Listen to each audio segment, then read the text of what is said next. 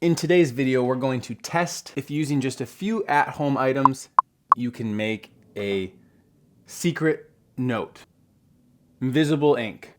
Secret message. You know that scene from National Treasure when he does the lemon juice on the back of that's like this. This is we can do that. And I really did have all these items right at my house. Here's what you're gonna need.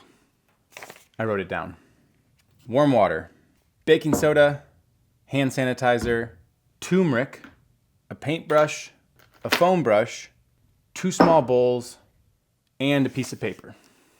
All right, let's test this out. Let's see if this actually works. How to write a secret message with items you have in your home. Ready, set, go. Okay, first thing you're gonna do is grab your 2 bowls. Start with your baking soda to make the mixture that you'll write on the paper with first. I am eyeballing it a little bit for this video, but the exact ingredients and measurements are in the description below. Stir that up with some warm water and then tap, tap, tap. Next, you'll grab your hand sanitizer. Again, exact measurements are below, but I just gave a generous amount in bowl number 2.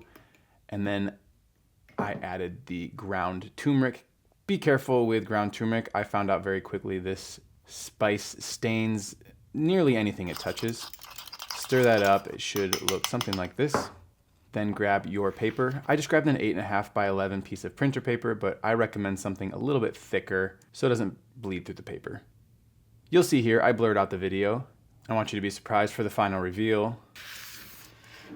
All right, now you're gonna wanna let that dry, and I mean like fully dry. I put mine out in the sun, it went a lot quicker. And then once you have that all ready to go, now take your paper, and it's not a bad idea with using such thin paper to put a paper towel or a cloth underneath. Grab your foam brush and turmeric solution and reveal your secret message.